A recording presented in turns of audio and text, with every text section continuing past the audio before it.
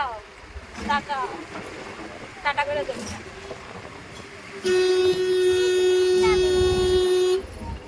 এই যে টাটা চেহারা দাও টাটা টাটা মনে টাটা দাও টাটা টাটা।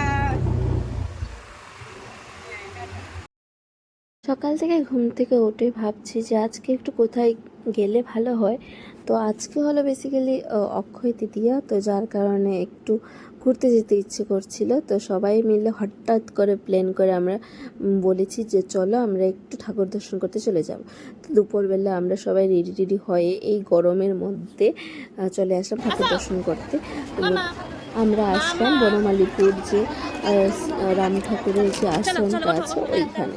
তো দেখো মামাম তো এখানে এসে এত খুশি হয়ে গেছে, মানে কি বলবো, দেখো একা একই এখানে থেকে ওইখানে যায়, শুধু খেলা আর খেলা, ও শুধু খেলতে ইচ্ছে করছে এখানে, একবার ওইদিকে যায় একবার ওইদিকে যায়, মানে ও ভীষণ ভালো লেগেছে এখানে এসে।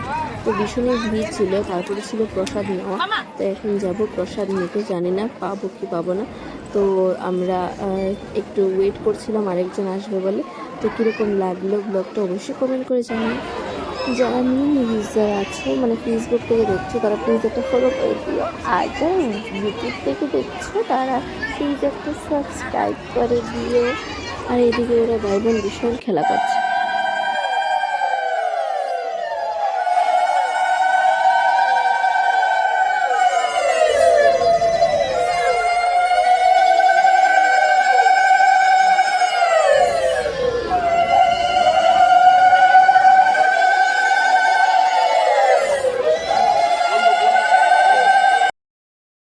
বাপরে বাপ, ফাইনালি আমরা প্রসাদ পেলাম। এত ভিড় ছিল না, মানে কি বলবো।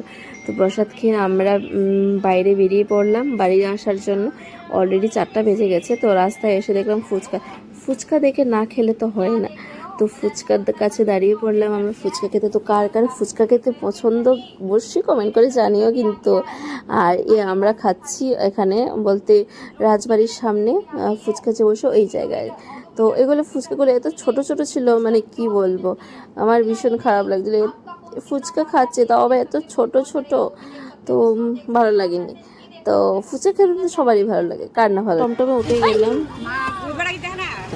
জাস্ট গলি থেকে বেরোচ্ছে একটা রিক্সা এত স্পিডে, মানে কি বলবো, রাস্তাঘাট আর দেখে না, মানে অনেক রিক্সা আছে, মানে ওই দিকে তাকালেই হয়, মানে কি বলবো, একদিকে তাকালেই ও রিক্সা চালায়, এতটা মানে রিক্সি ছিল আজকে। আমাদের ওই টমটমটা করে উল্টে যেতে হলো, ওদের রিক্সাটা উল্টে যেতে হলো।